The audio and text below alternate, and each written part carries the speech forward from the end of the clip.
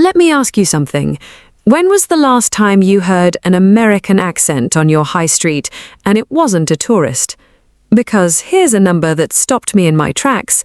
Last year, 8,779 Americans applied for British citizenship. Not visas, citizenship.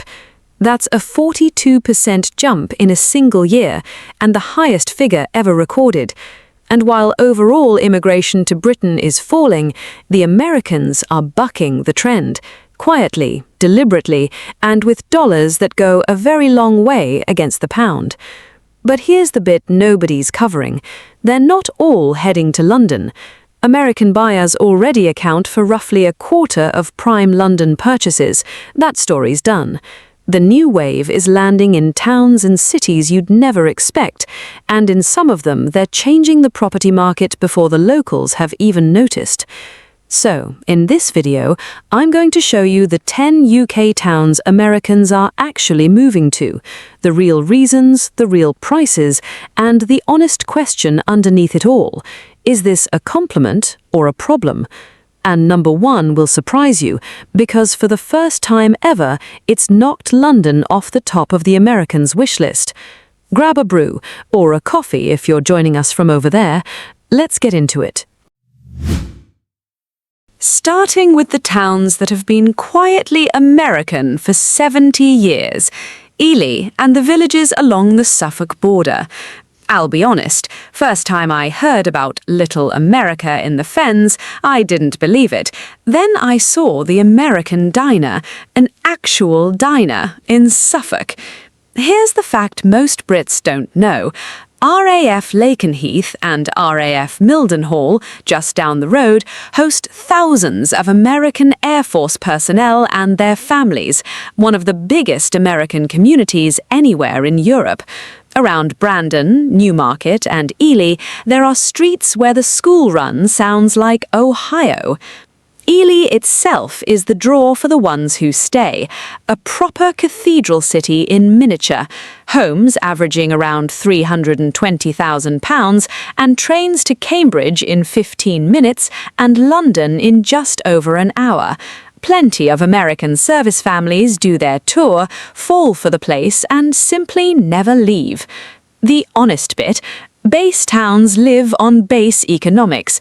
Rents near Lakenheath run hot on American housing allowances and locals feel it. Why do Americans come? They were already here. Why did they stay? Ely. Simple as that. Next is the poshest town in Yorkshire with a genuine American secret, Harrogate. The secret sits on the moors just outside town, RAF Menwith Hill, the American-operated intelligence station with the giant golf ball domes. It's brought hundreds of American families to Harrogate for decades. There's even a 4th of July presence that raises local eyebrows every summer. But the new arrivals aren't military, they're remote workers and retirees chasing the Anglophile dream. And Harrogate is that dream with the volume up. The Strays' 200 acres of green, Betty's tea rooms, the Turkish baths, the Montpellier Quarters galleries. Homes average a touch under £330,000, half what the equivalent street costs in the southeast. The honest bit, Harrogate already tops priciest town in Yorkshire lists, and dollar buyers aren't cooling it down. Locals on Yorkshire wages feel the squeeze. Why Americans come? It's the England they imagined. Why they stay? There's an American community here already, the safety net's built in. Fun one for you. I once heard a Texan in Betty's ask if the fat rascal came in a larger size. The waitress's face has stayed with me ever since. Now the city Hollywood already lives in, Bath. Blame Jane Austen, blame Bridgerton, which films here. Every year, millions of Americans visit Bath as tourists, and a growing slice come back with removal vans. Estate agents talk openly about the Austin effect, American buyers asking specifically for Georgian crescents, sash windows and honey-coloured stone. You'll pay for the fantasy. Homes average around £470,000 and anything near the Royal Crescent runs to 7 figures. But for a buyer selling up in Boston or San Francisco, that's not a stretch, it's a discount. Add 2 universities, a spa, and 90 minutes to London, and the maths writes itself. The honest bit, Bath has some of the worst wage-to-price ratios outside London. Every cash buyer from abroad pushes a local family further down Widcombe Hill and out toward Twearton. Why Americans come? Bath is the England of the novels. Why they stay? Unlike the novels, you can buy it. And if you're American and watching this, comment and tell me what actually brought you over. I read every single one and I'm genuinely curious. The city that gave New York its name, now taking a few New Yorkers back. York. York is what happens when an American Googles Castle Town, England and books a viewing. Roman walls, Viking streets, a medieval minster, and the Shambles, the street so like Diagon Alley that Harry Potter fans arrive by the coachload. Homes here average around £310,000. Bath's romance at 2/3 of Bath's price, which is exactly how the American relocation forums put it. There's substance under the charm, too. 2 universities, a growing biotech scene, and trains to London in under 2 hours. The US remote sweet spot, US salary, UK cathedral city. A young couple from Chicago stopped me on Stonegate last year to ask where the old part of town was. I said, "Mate, all of it. All of it is the old part." The honest bit, York's centre is already a tourist economy, and locals grumble that Airbnbs and second homes hollowed out the Shambles side streets long before the Americans arrived. New cash won't reverse that. Why Americans come? 1,000 years of history, walkable in an afternoon. Why they stay? It's the film set that turned out to be a real place. Quick one while I've got you. If you're finding this interesting, tap like. Costs you nout, and it tells me to make more like this. Now, the countryside America has decided is its second home. Chipping Norton and the Cotswolds. This is the most documented American land grab in Britain. Estate agents report US buyers swarming the Golden Triangle around Chipping Norton, Stowe and Burford, pushed by celebrity arrivals, Clarkson's farm up the road at Chadlington, and members' clubs like Soho Farmhouse that make Oxfordshire feel like the Hamptons with dry stone walls. Some agencies say American inquiries for Cotswold homes are at their highest level in years. Prices? Chipping Norton itself averages around £400,000, but the honeypot villages run to 7 figures fast, and Americans are frequently the cash buyer at the top of the chain. I drove through Stowe on a Saturday last summer and counted more American accents than Gloucestershire ones. That's not a joke, I actually counted.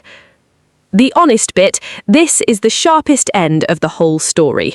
Local first-time buyers in these villages have effectively no chance, and parish councils are openly debating second home limits.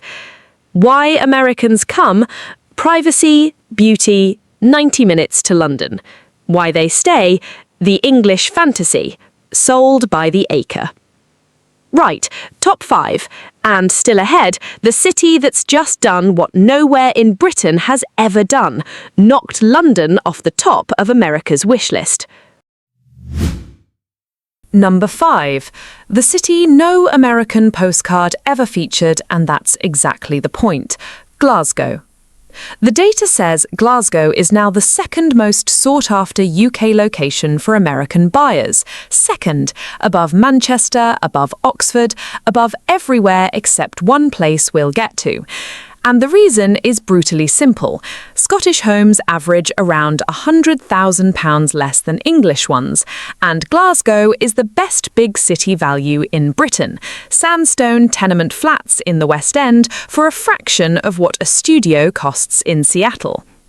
Add 3 universities, a music scene Americans have actually heard of, and direct flights to the East Coast, and the pattern makes total sense. The honest bit, the West End and South Side are already gentrifying at speed, and Americans paying asking price in Finiston won't slow that down. The city's poverty statistics remain among Britain's worst, 2 Glasgows, 1 postcode apart. Why do Americans come? Value and universities. Why they stay?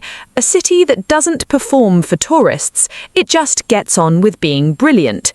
A mate of mine rents to 2 American PhD students in Partick. Their verdict on Glasgow? It's like Boston if Boston was funny. I've never recovered. Number 4 is the town where the Americans arrive with a job offer already signed. Cambridge. This one isn't about romance, it's about payroll. Cambridge is Europe's biotech capital, and the employer list reads like Boston's: AstraZeneca's global HQ, Microsoft Research, Apple, Amazon, and 100 venture-funded labs. When an American scientist gets the call, the relocating package lands them in CB1. There's even an American war cemetery on the edge of town. The transatlantic link here goes back generations. The cost of that job market: homes average around £520,000, the priciest entry on this list, with villages like Grantchester and Histon absorbing the overflow. If you caught my commuter towns video, you know where I stand. Ely is where the clever Cambridge money actually sleeps. Playlists on screen if you missed it.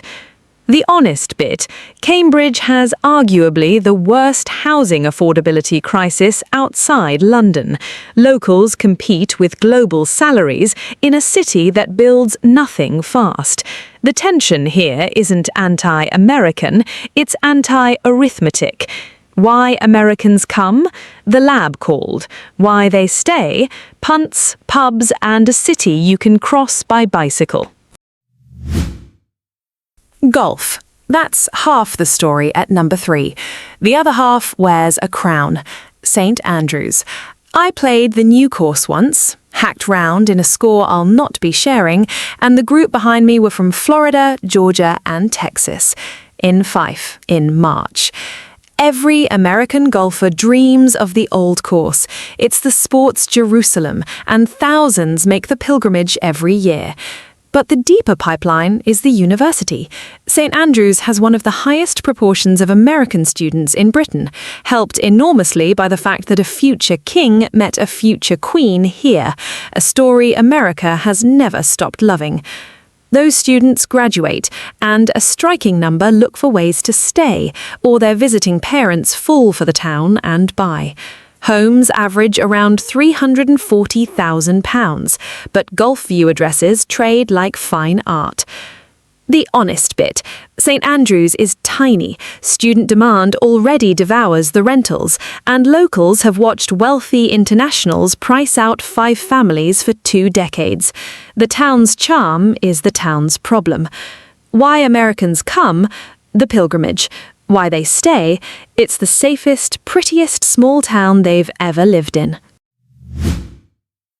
Now, the cheapest city on this list, and the one with the oldest American love affair of all, Liverpool. This is the one I'd bet on personally. Every American I've ever shown round Liverpool has said the same thing. Why did nobody tell me it was this good?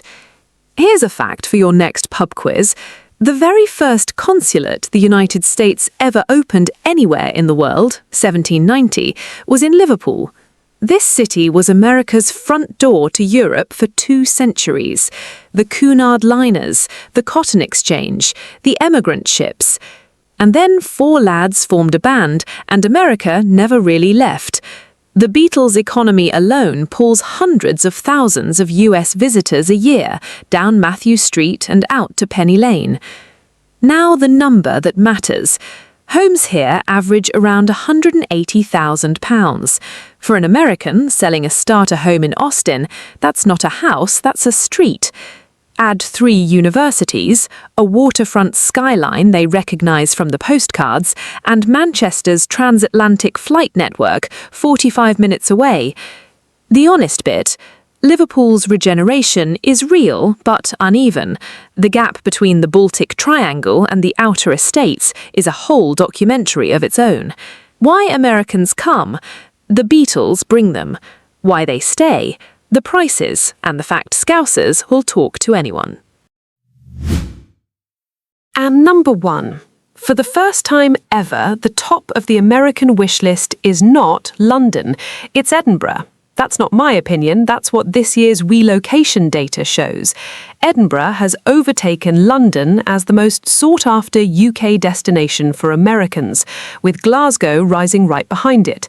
A capital that looks like a film set, a festival half of America's comedy industry attends every August, world-class universities, direct flights to New York, Boston and Chicago, and homes averaging around £340,000 for a buyer, comparing that with London at $550 or Brooklyn at Lord knows what.